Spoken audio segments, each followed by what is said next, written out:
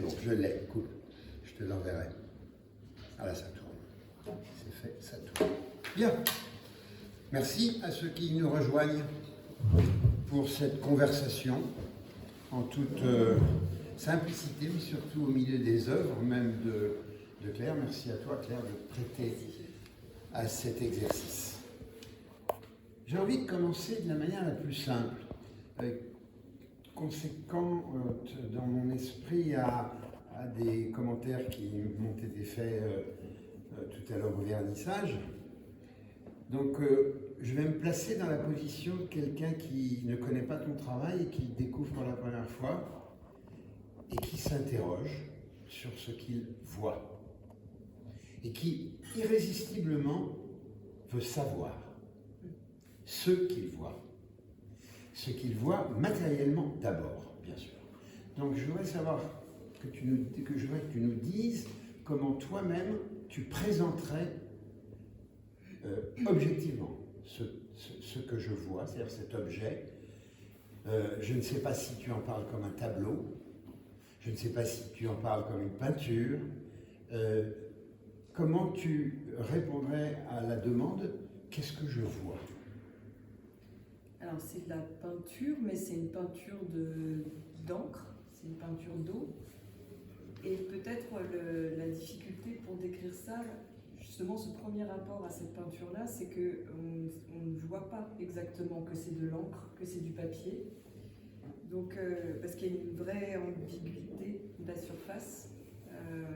Donc d'abord, ce qu'on voit peut-être, c'est des masses lumineuses, des masses d'ombre, qui se touchent, qui créent des seuils, des sortes d'horizons brumeux de lumière.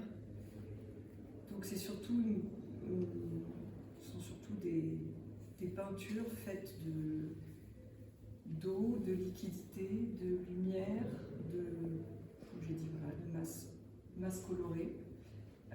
Et c'est vrai qu'on se dit qu'est-ce qu'on voit, parce qu'il y a de l'indiscernable évidemment, parce qu'en plus il y a une sorte de flou, il y a une sorte de diffusion de la couleur qui est très liée au médium même, qui est justement l'encre sur papier, qui fait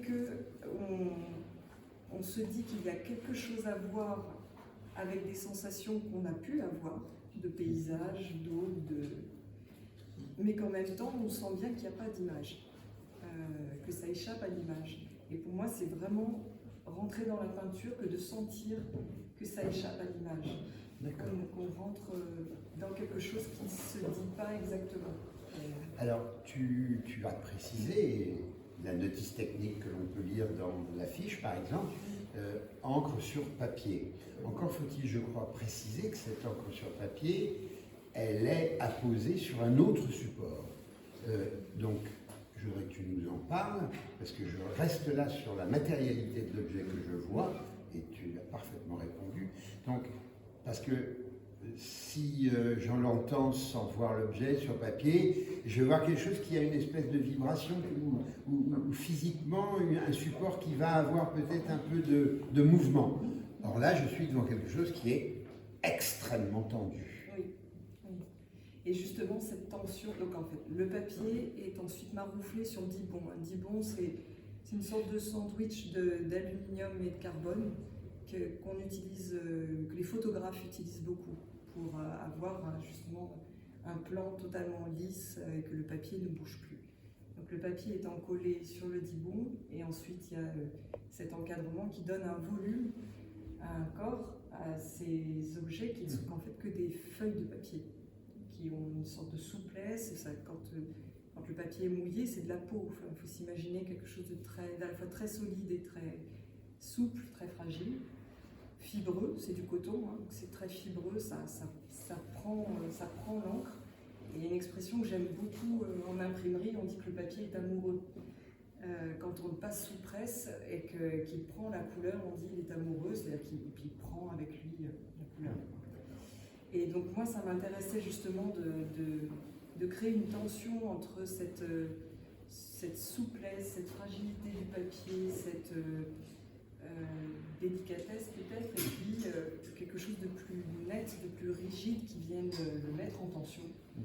lui créer une présence, un corps. Et c'est vrai que mes peintures sont véritablement finies une fois qu'elles sont vraiment montées.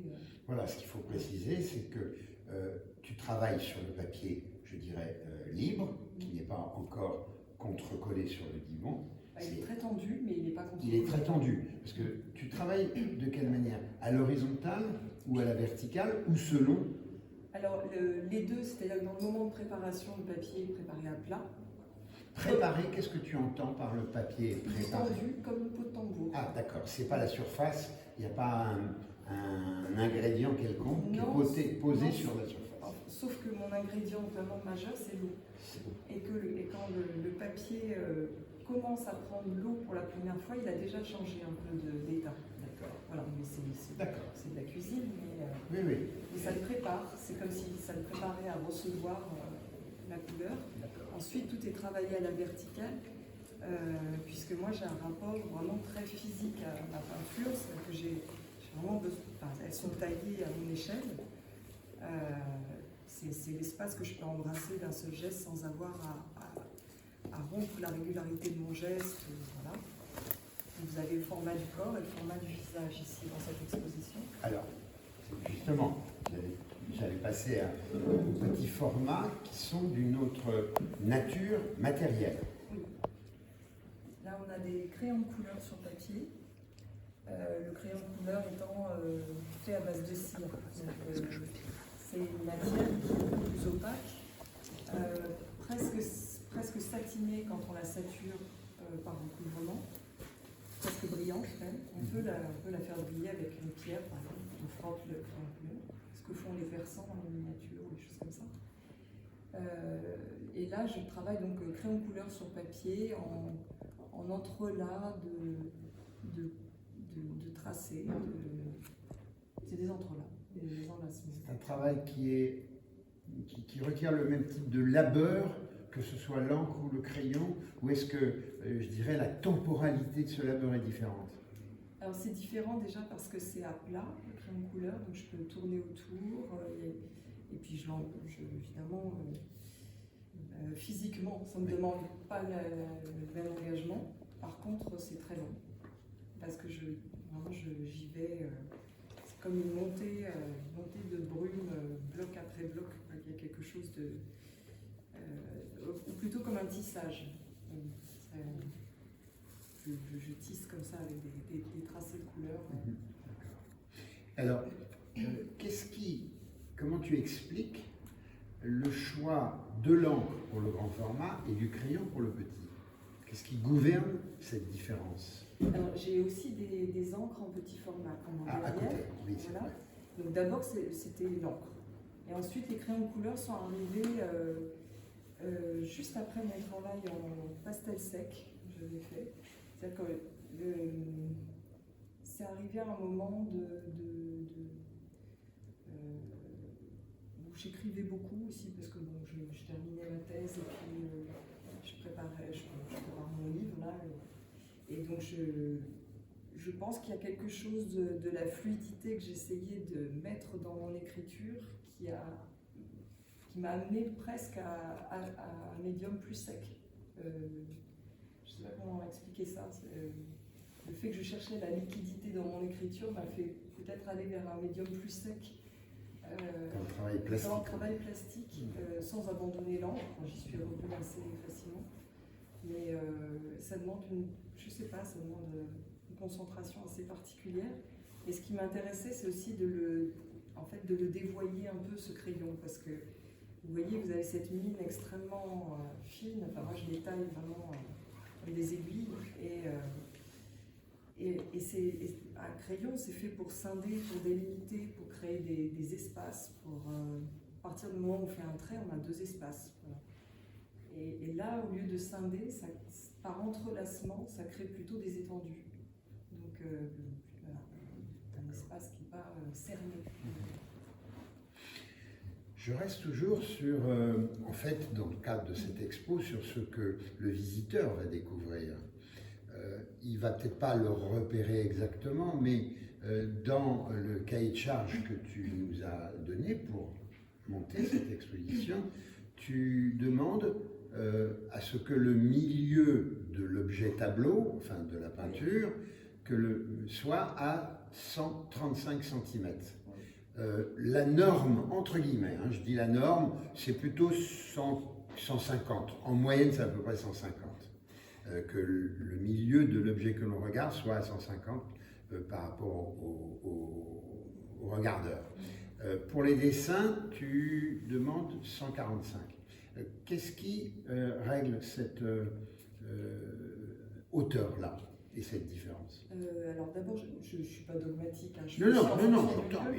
Donc là, en fait, à vrai dire, j'ai un petit peu monté. Ah, tu as un petit peu monté. Il y a des expositions où elles sont à 130, c'est même plus bas. Encore plus bas. Voilà, encore plus bas, parce qu'en fait, j'ai besoin que ça vous englobe, que vous soyez ni dans un rapport où la peinture vous surplombe et vous domine, ni qu'elle soit trop basse, qu'elle soit vraiment à hauteur de votre regard et de votre corps, et qu'on puisse rentrer dedans de la manière la plus immédiate possible.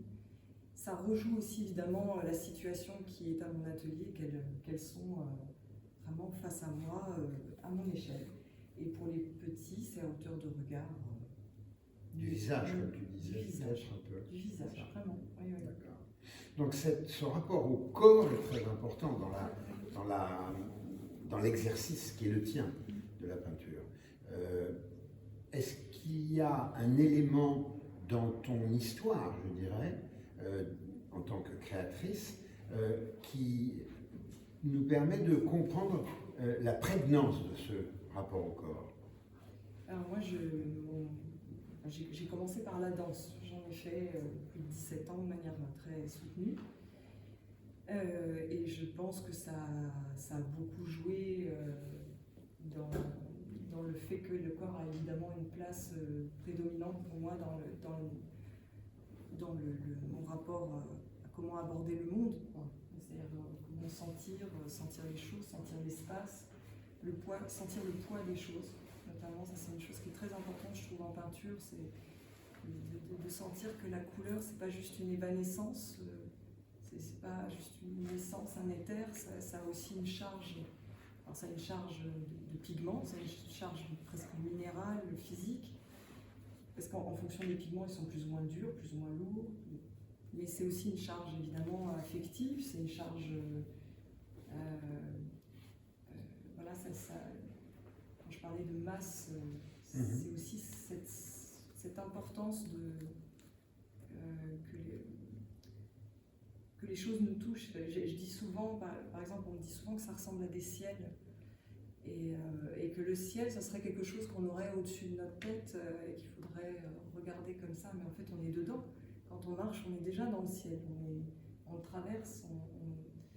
Donc pour moi, c'est très physique. C'est pas quelque chose dans un ailleurs supérieur. Enfin, ça reste très dans physique. Une proximité. Et c'est toujours lié au sol d'ailleurs, parce qu'on voit très bien dans la peinture, il y a souvent cette zone de seuil d'horizon lumineux là, entre une masse sombre et une masse claire, si je devais résumer la chose, qui est en fait l'endroit où les choses se rencontrent, se touchent. Et en même temps, il y a quelque chose d'une dynamique ascensionnelle dans chacune de tes œuvres, qui se rencontrent. Ça, c'est pour acter donc quelque chose que j'aurais envie d'appeler, dans une forme peut-être un peu philosophique, mais pas peut-être, d'un être là au monde. Oui, en tout cas, la peinture, c'est un rapport de présence pour moi, donc c'est très lié au fait d'être dans une attention à ce qui se passe au moment où ça se passe. C'est-à-dire que j'ai pas de protocole, j'ai pas de palette particulière, j'ai pas de... quand je suis devant mon papier blanc, je n'ai pas d'idée. Pas de préliminaire. Je ne peins pas. Alors pas de préalable. J'ai des rituels, on va dire, de préparation de papier, de choses. Il faut que je mette en place mon atelier, c'est un peu rituel. Mais ça crée simplement un cadre de familiarité pour justement aller vers l'inconnu. C'est-à-dire que je ne sais pas ce qui va se passer. Ça ne veut pas dire que c'est du hasard. C'est ça qui est difficile à dire. C'est que c'est pas du hasard. C'est nourri évidemment de tout ce que j'ai pu vivre et voir et sentir et apprendre, mais en même temps, face au papier blanc, c'est toujours un moment d'inconnu, je ne sais pas ce qui va se passer. Et si je ne suis pas attentive à ce qui se passe au moment où ça se passe, je suis à côté, je suis dans la volonté, et je suis à côté de ce que la peinture peut m'offrir, en fait. C'est un rapport d'être ouvert à ce qui se passe. C'est comme quand on dialogue, justement. En fait, c'est vraiment un dialogue, le rapport à la peinture. Moi, je le vois comme ça. Quand on discute avec quelqu'un, on va se dire je veux absolument aboutir à telle conclusion. Voilà. Alors, dans l'exercice permanent qui est le tien, ce travail d'artiste, qu'est-ce qui te convoque au travail? Est-ce qu'il y a une règle? C'est-à-dire, est-ce que c'est un travail journalier, dans une périodicité précise, dans un moment de la journée? Qu'est-ce qui te convoque au travail? Alors, il y a deux choses chez moi qui peut-être se contredisent, mais on est tous faits de contradictions. C'est que, ayant eu cette discipline très stricte et très sévère, même je pourrais dire, de la danse classique et contemporaine, j'ai une rigueur au travail qui est quasiment quotidienne. J'ai besoin de travailler, j'ai besoin de m'y mettre quasiment tous les jours. Le paradoxe, c'est que on n'est pas dans un état propice tous les jours. Il y a des jours où il y a, je sais pas, c'est très indicible, une qualité d'air, une température de couleur, une émotion, j'en sais rien, je pourrais pas te répondre très exactement sur ça, mais je sais que j'ai des moments où je crois ne pas travailler, c'est-à-dire physiquement je suis pas en train de peindre, et je sens très bien que je suis déjà en train de peindre. C'est-à-dire qu'il y a déjà quelque chose qui se fomente et que c'est exactement là qu'il faut peindre. Donc il y a quand même un préalable, en quelque sorte. Oui, alors, mais parce que là, comme on parle, le langage fait qu'il y a des temporalités très segmentées, alors qu'en fait, c'est beaucoup plus poreux que ça. Voilà. Mais pour moi, le désir, en tout cas, vers la peinture est permanent, donc il faut que j'y aille tout le temps. Et après, il y a des moments où ça va pas du tout. Il y a des échecs. Et puis des moments où les choses sont fluides et c'est assez mystérieux, je veux dire, je ne peux pas expliquer pourquoi. Tu dis, il y a des moments où il y a des échecs. Juste pour prendre la mesure de la chose, est-ce que ces échecs-là, ils sont définitifs ou est-ce que tu peux les rattraper? Non, c'est indélébile. Voilà. C'est indélébile comme... En fait, dès la première couche, c'est ça qui est très exigeant avec l'encre, c'est que dès la première couche, il y a une voie qui est donnée, comme un chemin, un tracé d'eau, et que si je ne suis pas capable de sentir où ce courant m'amène, je vais à contre-courant et là c'est foutu. Il y a quelque chose comme ça. Tu viens de dire une phrase qui m'intéresse, une voie à ce courant qui m'amène. Oui. L'activateur de ton travail, c'est la peinture, ou est-ce qu'il y a d'autres éléments, comme peut-être ce qui donne le titre à l'expo, la lumière? Ou est-ce que c'est une collusion des choses? Quel est l'activateur, je dirais, primordial? Ah, c'est dur. Ce que je peux dire, c'est que la peinture, pour moi, c'est ma vie, mais qu'en même temps, si elle amène vers quelque chose de plus important qu'elle, c'est-à-dire plus important que la peinture, c'est-à-dire des choses de l'ordre de la vie, de nos sensations, de nos vécus. Quand je disais, ce qui m'intéresse, c'est les choses qui se touchent entre elles, c'est comment elles vibrent, comment elles arrivent à se fondre sans se fondre, c'est-à-dire à garder une autonomie. En fait, tout ça, c'est des choses qu'on vit aussi dans notre quotidien, avec les autres, on a chacun un rapport comme ça à comment créer une rencontre, oui, je dirais plutôt la lumière, la musicalité, la tactilité. La tactilité, c'est quelque chose qui est extrêmement important pour moi. Le fait que, justement, la peinture n'est pas tout à fait une image. Elle déborde l'image, il y a quelque chose qui est lors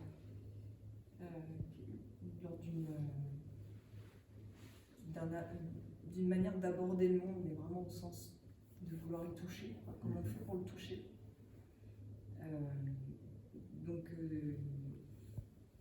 Et après, si je voulais vraiment rentrer profondément dans ta question, elle est extrêmement complexe parce que je pense que chaque artiste a évidemment un trajet de vie particulier qui l'amène à un moment donné à créer. Et je pense que si on creuse trop profondément, qu'on touche exactement le centre nerveux, je crois qu'il ne faut pas y toucher. Alors, c'est intéressant parce que là, tu parles de la question finalement du voile, oui, quelque part. Exactement. Tu parles du voile. C'est-à-dire que tout ton travail procède, je dirais, pour jouer sur les mots, du voilement et du dévoilement. Tout à fait. Il y a donc quelque chose de l'ordre d'un secret. Oui. C'est peut-être ce point-là dont tu parlais, oui. Si jamais on pousse plus loin. Oui. Et ça, ce secret, il est peut-être d'ailleurs même pas connu de toi. Oui, tout à fait. C'est l'énigme pour moi, la peinture, d'abord. Avant d'être. Donc tu reprends le mot que j'utilisais tout à l'heure de l'énigme. Tout à fait, tout à fait. Toute œuvre d'art digne de ce nom recèle une énigme. Une énigme, sauf qu'il n'y a pas forcément à la décrypter. Il n'y a pas forcément à trouver une résolution à cette énigme. Un pourquoi. Mais en tout cas, il y a une question, oui, ça c'est sûr. Et sur le voile et le dévoilement, il me semble que finalement je suis plus proche du réel, de la vie, en ayant un rapport au voile, à une épaisseur de voile, à quelque chose qui ne se donne pas immédiatement, plutôt que si j'avais une peinture extrêmement, je ne sais pas, nette, directe, qui viennent en avant comme ça. J'ai la sensation que la vie a plus d'épaisseur que ça, a plus de couches, de strates de temps, que le passé, le présent, tout ça se crée une sorte d'espace qu'on a toujours avec nous, en fait, pour voir les choses. Et donc, j'ai l'impression que c'est plus proche du réel. Alors, du voile. D'accord. Alors, tu viens de dire le passé et le présent, et j'avais pris quelques notes justement par rapport à cette question, en me disant qu'au bout du compte, ce que tu tentes de réaliser, et que tu réalises sur ces papiers, c'est de peut-être fixer, puisqu'il y a finalement fixation de quelque chose, de fixer quelque chose qui n'est pas de l'ordre de la fixation, et qui est entre le passé et le devenir, c'est-à-dire ce passage du temps. Exactement. Oui. Physiquement, j'ai de la matière qui est en mouvement devant moi. Physiquement, j'ai avec moi évidemment mes propres strates de temps, ma mémoire, voilà. Et quand je couche les voiles d'encre les uns sur les autres, c'est pas simplement de la couleur, c'est aussi du temps vraiment qui se dépose. Et c'est ça qui fait, à mon avis, qu'il y a une sensation d'épaisseur qui paraît contradictoire, parce qu'on se dit mais c'est de l'encre, donc c'est plat, donc ça rentre directement dans le papier, on n'est pas dans une couche à la Eugène Leroy, enfin, voilà, une couche à l'huile très, très crémeuse, très présente. Mais cette épaisseur-là, elle vient justement d'un enlacement des temps, des différents temps de la couleur et du mouvement, oui. Alors, il y a un effet, je dirais, visuel qui, je ne sais pas si on avait eu l'occasion d'en parler avec toi précédemment, mais moi à chaque fois que je regarde une de tes images, qui me revient irrépressiblement à l'esprit, c'est à propos, est-ce qu'on avait parlé de la radiographie de la Joconde? Je ne crois pas, je me souviens. Alors, je vais en dire un mot parce que c'est vraiment quelque chose qui, pour moi, enfin, voilà, il y a quelque chose d'un mystère, en fait, qui me taraude en quelque sorte. J'invite tout le monde à découvrir, ça se voit sur Internet, je l'ai appris à l'école du Louvre, pour vous le dire, tout simplement, dans le cours d'analyse scientifique des chefs-d'œuvre, les radiographies de la Joconde. C'est quelque chose d'incroyable.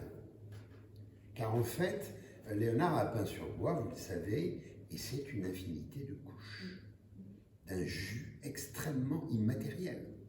Si bien que la radiographie, elle traverse tout. C'est ça. Et qu'on ne voit rien de la figure de la Joconde. C'est absolument impressionnant. Il y a un mystère.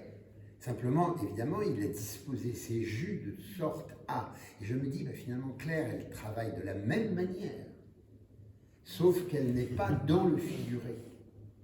Elle est dans quelque chose qui est l'espace. Je pense que... Et tout à l'heure, tu parlais, ça m'intéressait aussi, je t'écoutais évidemment avec attention, tu parlais de la tactilité. Et je me suis dit, mais finalement, la danseuse que tu as été, c'est pareil. Un danseur, c'est quelqu'un qui, avec son corps, va toucher l'espace. Est-ce qu'il y a quelque chose qui existe là, dans un rapport entre ton passé de danseuse et ta présence de peintre?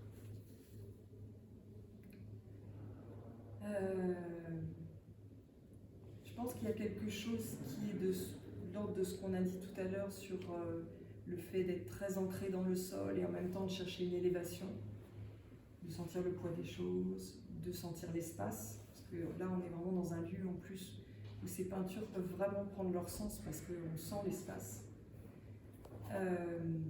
Et sur le rapport au toucher, oui, c'est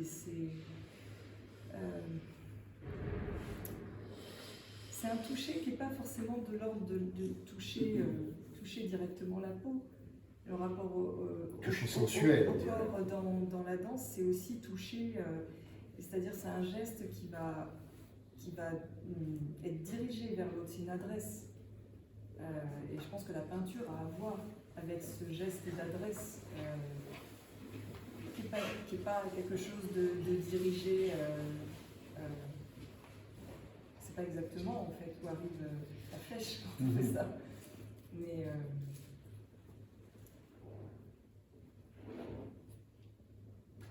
Mais je pense vraiment que la peinture procède du comment toucher, du comment être touché. C'est vraiment une histoire du toucher pour moi, la peinture. Et ça passe très physiquement à l'atelier par... ça peut paraître un peu gros comme mot, mais c'est de la caresse, quoi, du papier. C'est comment faire que ça ne marque pas le papier, que ça ne... Ce serait plus de l'ordre de l'effleurement du toucher. Il y a différentes qualités, ça dépend. Et je me souviens d'un entretien que j'ai fait avec Pennon sur la question du dessin. Et pour Pennon, la question du dessin, c'est la question du toucher. Alors évidemment, ça renvoie à l'empreinte. Bon. Ici, on n'est pas dans l'empreinte. On n'est même pas dans la trace. Enfin, je ne sais pas si tu adhères, mais je dirais qu'on n'est même pas dans la trace. Parce que je me faisais la remarque en me disant, mais finalement, dans le langage de la peinture, par rapport à un tableau, quand on fait des analyses stylistiques, on parle de la facture. Quelle est la facture de Claire Chénier? Ce qui m'a parlé par rapport je te remercie pour cette référence qui est évidemment qui m'honore, de Léonard de Vinci, là, avec la radiographie de la Joconde, c'est que les rayons vont passer à travers des couches transparentes. Là, ce qu'on voit, en fait, ce sont des couches de transparence qui sont entremêlées, additionnées dans un temps assez long, et qui créent par moment des zones d'opacité. C'est-à-dire que c'est par la transparence qu'on a cet effet de voile. Alors, ça paraît à la fois logique et illogique, c'est-à-dire que la transparence ne nous amène pas forcément à la clarté, elle nous amène à une complexité de l'air, de la couleur. De la traversée de l'espace, en oui. fait. Oui. Alors, je reviens juste sur l'exposition, parce que je voudrais que tu nous dises comment tu envisages dans la présentation de ton travail cette pièce qui est au cœur du cœur et qui est présentée à plat. Qu'est-ce qui t'a décidé un jour de penser à cette présentation? Alors, ça a été une expérience d'atelier, comme ça se passe souvent en fait pour les artistes. Si j'avais une peinture sur une planche, sur des tréteaux, qui était là sous mon regard depuis un moment, elle stagnait. Et je me suis rendu compte que je me suis mise au ras, en fait, vraiment au ras de la couleur, et je me suis rendu compte que ça créait une sorte de poudroiement, que la couleur elle semblait presque se décoller un peu du support, que je me suis amusée à bouger le papier. Je me suis dit, en fait, voilà, la couleur, si on la regarde de face ou couchée, c'est très différent. Il y a une sorte de luminosité à fleur, en effet, presque légèrement en lévitation, comme ça. Et alors évidemment, moi, quand j'ai vu ça, je me suis dit, je vais faire des puits de couleurs. C'était en 2007, je me souviens, dans la galerie du jour Agnès B. Et je me suis dit, je vais faire des puits de couleurs. C'est ça, on va rentrer dans la couleur. Je vais faire des socles à l'échelle du corps. Je pose ma peinture et ce sera juste une étendue au sens propre. Elle sera étendue et on pourra rentrer. Et en fait, quand j'ai fait ça, je me suis rendu compte que c'était une surface plus ambiguë que ça. Que d'abord, ça rappelait vraiment gisant, parce que c'est vraiment à l'échelle du corps. Et alors là, on est dans une chapelle, donc ça prend tout son sens. Il y a une véritable évocation de la consécration même de ce lieu. Et puis, donc quand on regarde, finalement, on n'a pas tellement un puits de couleur au sens d'un trou, mais plutôt de quelque chose qui nous maintient un peu en étau dans ce que j'aime bien dire, une épaisseur de reflet, c'est-à-dire que on ne sait pas exactement ce que c'est une épaisseur, mais assez insaisissable, quoi. Donc à la fin, on est happé, mais ça nous retient en surface. J'aime bien ta formule d'épaisseur de reflet. Pourquoi je l'aime bien? Parce qu'elle me renvoie à une question sur laquelle je voulais t'entraîner par rapport à ce qui a pu conduire, ce qui a pu te conduire à penser cette forme de peinture en termes de référence dans l'histoire de l'art et des exemples qui t'ont marqué. Et je pense que tu vas me parler de Monet, que je connais pas trop mal. Et c'est pour ça que ça m'intéresse quand tu me dis épaisseur de reflet, parce que la question du reflet chez Monet, elle est fondamentale. Elle est d'autant plus fondamentale que j'ai travaillé un peu dessus, et que le premier tableau de Monet, il y a une petite mare et il y a un reflet. Et puis qu'à la fin, on sait ce qu'il y a. Donc il y a comme ça. Alors, je voudrais que tu nous parles justement de cet exemple qui a nourri ta réflexion. Je ne sais pas je ne sais plus à quel moment de ton histoire, de l'histoire de ton regard, si c'est simplement une émotion très très forte quand tu étais, on va dire, adolescente, j'allais dire gamine, pardonne-moi, enfin quand tu étais petite, quoi, ou alors c'est quelque chose qui est venu un peu plus tard. Est-ce que tu peux nous dire? Monet, à vrai dire, moi j'ai pas eu accès au musée très tôt, donc Monet, je me souviens, j'avais un grand livre sur les nymphéas, que je dépliais les pages là, qui étaient très grandes là, sur mon livre. Tu ne vas pas avoir les mains. Et voilà, c'est ça. et je voyais ça, et en fait je me disais, mais c'est incroyable, la liberté d'abord de cette peinture, enfin, elle nous donne une sorte de respiration libre. Qui, à mon avis, fait que ça veut dire que c'est une peinture qui regarde la vie vraiment en face. Et c'est-à-dire autant des reflets que des mouvements d'air, que des bruissements de feuilles, qu'une surface qui s'enflamme alors que tout est dans l'eau. Et pour moi, ça c'est vraiment regarder la vie, de très très près. Donc moi j'ai voulu aller à Paris, évidemment, après mon bac, pour être dans les musées, pour voir de très près ces choses-là. Et la première fois que je suis allée à l'Orangerie, très honnêtement, j'ai pleuré. Enfin, c'est un trajet de lumière et de vie en même temps.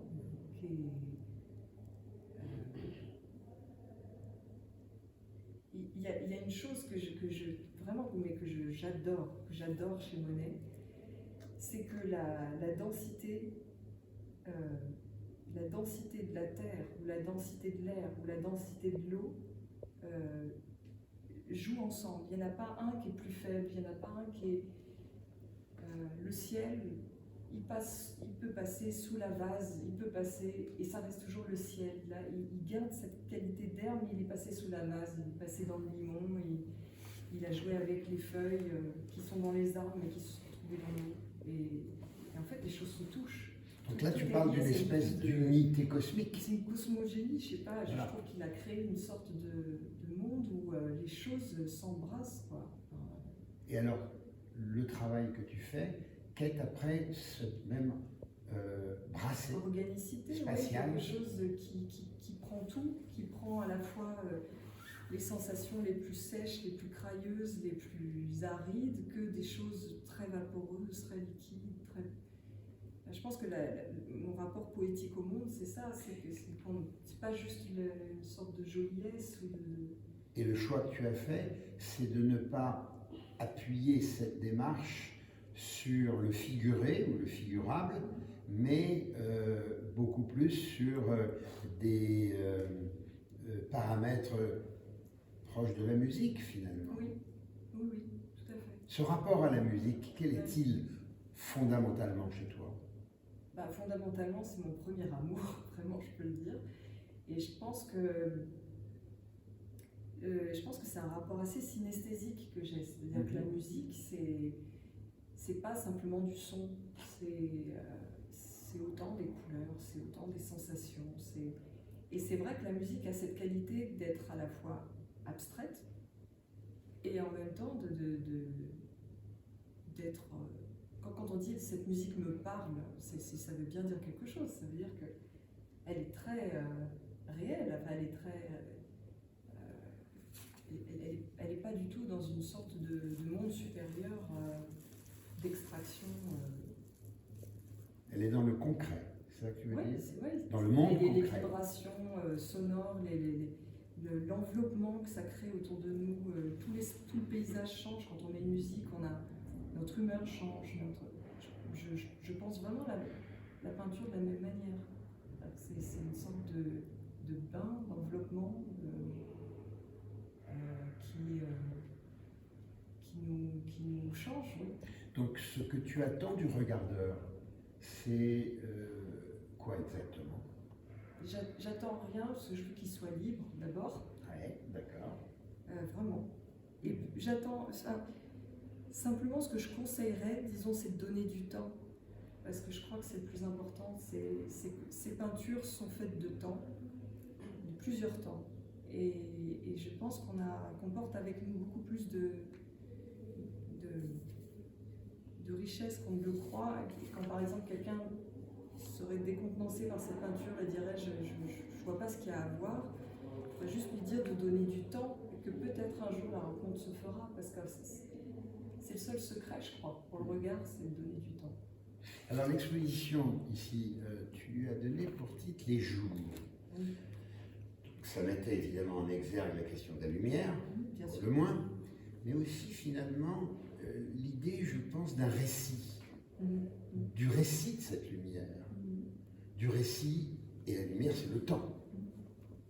Est-ce qu'on est bien dans cette articulation par rapport à, finalement, le récit, c'est le mythe, par rapport à ce mythe du temps?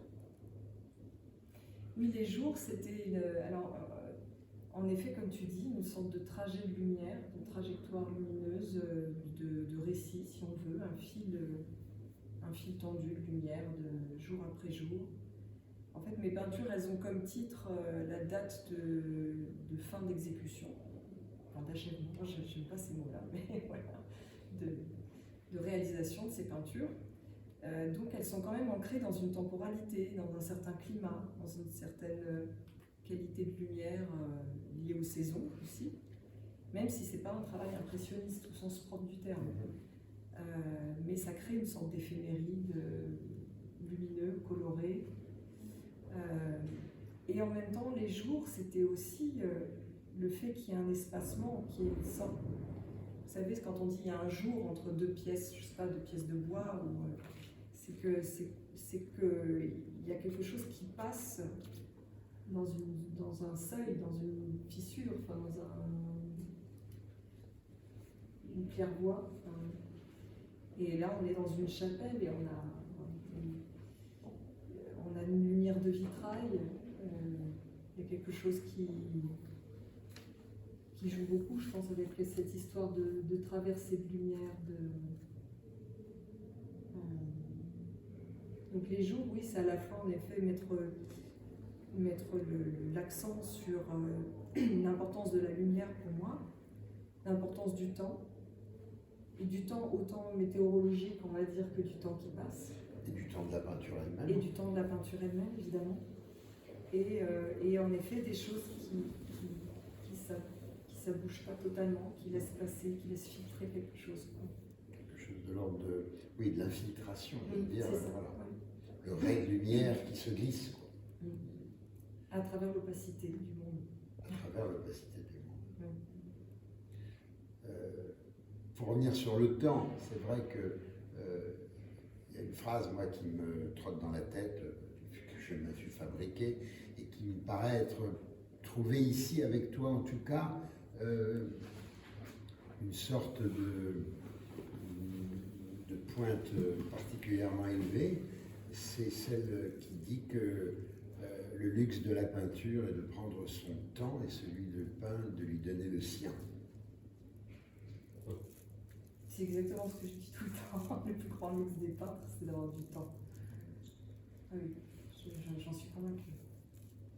Alors, une question encore par rapport au site ici présent. Tu avais déjà exposé dans une chapelle. Une fois, oui, à l'Arbre-les-Chapelles. À l'Arbre-les-Chapelles.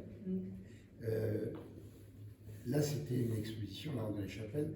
Tu avais montré plusieurs tableaux ou bien avec un? Il y avait une peinture à fleurs de pierre. Il n'y avait pas de socle, parce que il y avait une petite peinture qui était à la taille de la seule ouverture qu'il y avait, parce que c'était une chapelle romane. Donc pas du tout la même configuration. C'est une petite chapelle romane, vraiment très sobre, très ascétique. Et puis deux peintures mises en rouleau, en fait, avec comme si vous imaginez une peinture comme un rouleau de papier, mais c'est la peinture qui est autour, donc en effet, elle prend une qualité différente, une manière très tactile d'ailleurs, puisque le pigment est enveloppé comme ça. Donc deux colonnes de peinture que j'avais mises juste au seuil de l'autel, puisque l'autel c'est le lieu où il y a de la parole. Pour moi, la peinture plutôt du côté du silence, donc ça marquait une sorte d'arrêt. Mais voilà, moi j'ai une prédilection, je pense, pour les chapelles ou pour les lieux un peu de silence. De silence, voilà. Bien sûr. Oui. Silence, peinture, en quelque sorte, pourrait-on dire. Bien, je vois le temps qui tourne. On pourrait poursuivre et développer, mais on a des contraintes horaires. Donc je voudrais que, si vous avez des questions à poser à Claire, que vous vous exprimiez, puisque elle est là, donc profitez-en. Donc c'est à vous maintenant que la parole est donnée. Des questions?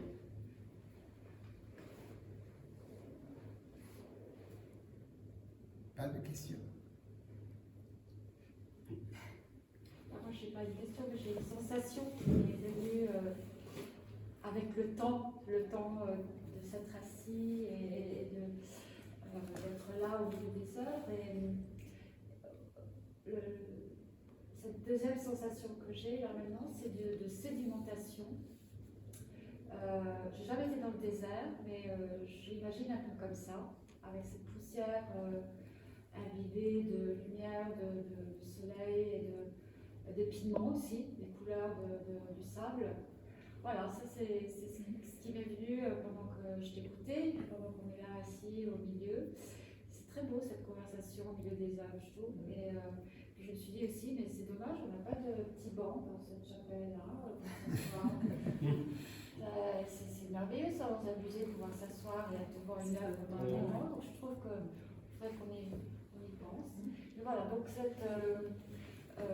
suis sortie de l'eau et je suis rentrée dans de l'air chaud, des arbres au coucher Intéressant comme contrepoint. la nuit.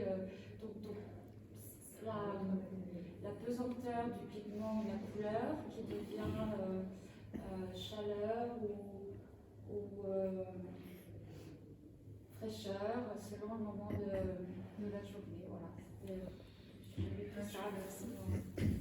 Comment tu réagis, Claire, à cette proposition qui est un contrepoint total entre l'encre et l'eau, et le sable et la chaleur? Oui, mais ça me parle beaucoup parce qu'en plus la sédimentation, c'est vraiment fait que les choses se déposent lentement et puis tu trouves une autre organisation, presque comme les pierres, comme les fossiles. Enfin, moi, par exemple, je collectionne les pierres parce que je trouve que c'est assez fascinant. On a des surfaces totalement brutes et puis il suffit de couper ou de voilà, puis tout d'un coup on rentre dans une transparence de couleur insoupçonnée cachée sous la rocaille, quoi. Et puis c'est le temps, la Et pierre. puis c'est vraiment alors là Concrétion du temps. on est complètement là-dedans.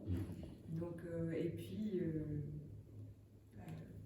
Est-ce qu'il y a des expériences, pour rebondir sur Oui. l'observation de Cassandra, est-ce qu'il y a des expériences que tu as pu faire de découverte d'espaces naturels, ou pas naturels d'ailleurs, qui t'ont porté comme ça, de cette manière?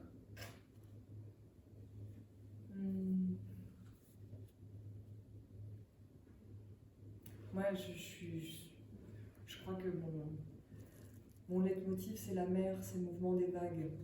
Vraiment, parce que je pense que mon travail a tout à voir avec la vague qui vient. Alors moi, je travaille vraiment en liquidité, donc il faut s'imaginer que c'est très abondant et que la vague, ça peut me parler parce que je suis dans l'eau tout le temps. C'est vraiment ce mouvement une sorte de respiration. Et à chaque fois que la vague avance, elle amène quelque chose de nouveau. Elle retire aussi, et puis elle ramène encore quelque chose de nouveau. Et on a l'impression que c'est un rythme extrêmement régulier, ça l'est. C'est le battement de la vie, de toute manière, c'est le battement de la vie. Oui, mais tout à fait, on a l'impression que c'est très régulier, que c'est presque vraiment une respiration qui nous est naturelle, et en même temps, ça peut être très, comment dire, ça amène toujours quelque chose de nouveau, ça peut être très chaotique, ça peut ramener vraiment le dessous marin. Enfin, pourquoi la mer est si belle, c'est aussi qu'elle s'éprend vraiment du dessous, quoi. Et elle prend l'air et elle joue avec les deux. Elle fait du Monet. Elle fait du Monet. Enfin, Monet, elle vient de tout ça. Voilà. Merci, Cassandra. Jacques. Moi, je vais faire un autre commentaire, parce que je pensais qu'en plus de Monet, vous auriez parlé de Rothko. Oui. Parce que moi, mon expérience du travail de Claire, c'est la chapelle à Houston.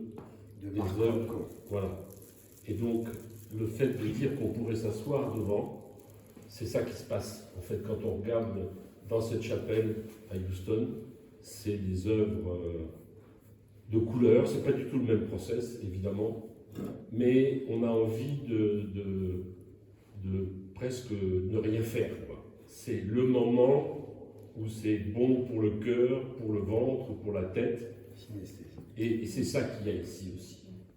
Et donc je trouverais pas si mal qu'on mette des bancs en face, un peu comme dans la chapelle Rothko, pour regarder le travail de Claire et de vivre avec. Mais je pense que tu as raison, je pense que la chapelle Rothko à Houston est finalement la chapelle de Chénier. Absolument, les Bains. absolument.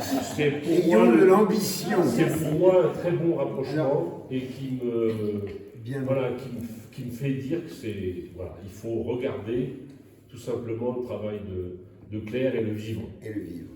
Et alors que Cassandra ou toi-même, vous avez fait appel du pied à la mise en place de bancs, c'est exactement ce dont je parlais hier à Anne-Laure, quand je suis allé dans la réserve et j'ai vu les bancs que nous avions fait fabriquer, qui sont des bancs très très sobres et très simples. Oui, ça. Et j'ai dit à Anne-Laure, peut-être qu'après le vernissage, ce serait bien qu'on mette un banc et un banc dans la nef et dans cette salle. Non, mais on est dans une chapelle. Parce que on est. Je fais le rapprochement. Alors, oui, on est dans une chapelle. Qui n'est pas le même. On est une chapelle qui est une chapelle de la peinture. Oui, je suis d'accord. J'insiste là-dessus. Parce que je me bats en permanence pour ne pas qu'on sacralise Non, au sens religieux du terme. non, Moi, ce qui m'intéresse, c'est l'esprit. oui, oui.